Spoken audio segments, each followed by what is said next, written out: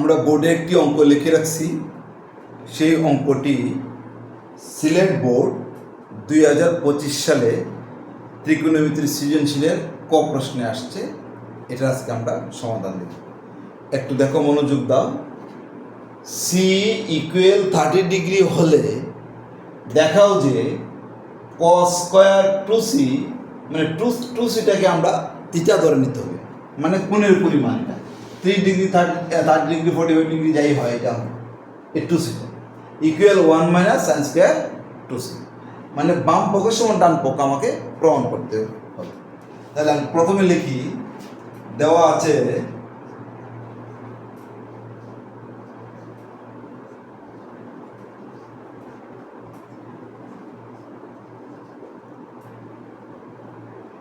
C equal 30 degree. আমরা left hand side লিখি,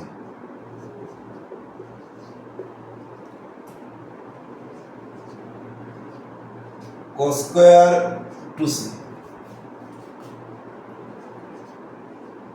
cos square 2 into c মানে হচ্ছে 30 ডিগ্রি। 30 ডিগ্রি 2 গুণ করলে হয় 60 ডিগ্রি। cos 60 ডিগ্রির মান হলো half, 1/2 whole square. cos 60 degree equal to হলো হাফ। এটা আমরা জানি। তোমরা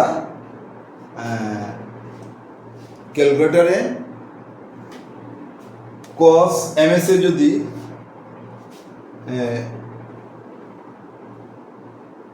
cos 60 ডিগ্রি লেখো তাহলে 0.5 আসবে, আর ES এ লিখলে হাফ আসবে। তাহলে এটাকে যদি আমরা ভাঙি, 1 স্কয়ার করলে 1 হয়, 2 দুগুণে হলো 4। লেফট হ্যান্ড সাইড পেলে আমরা 1/4 পাইছি। লেফট হ্যান্ড সাইড আমরা পাইছি কি 1/4। এখন আমরা রাইট হ্যান্ড সাইড দেখো কি পাই। রাইট হ্যান্ড সাইড আসো,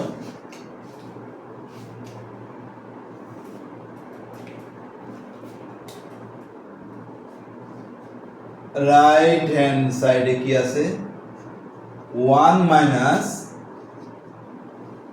সাইন স্কয়ার 2c,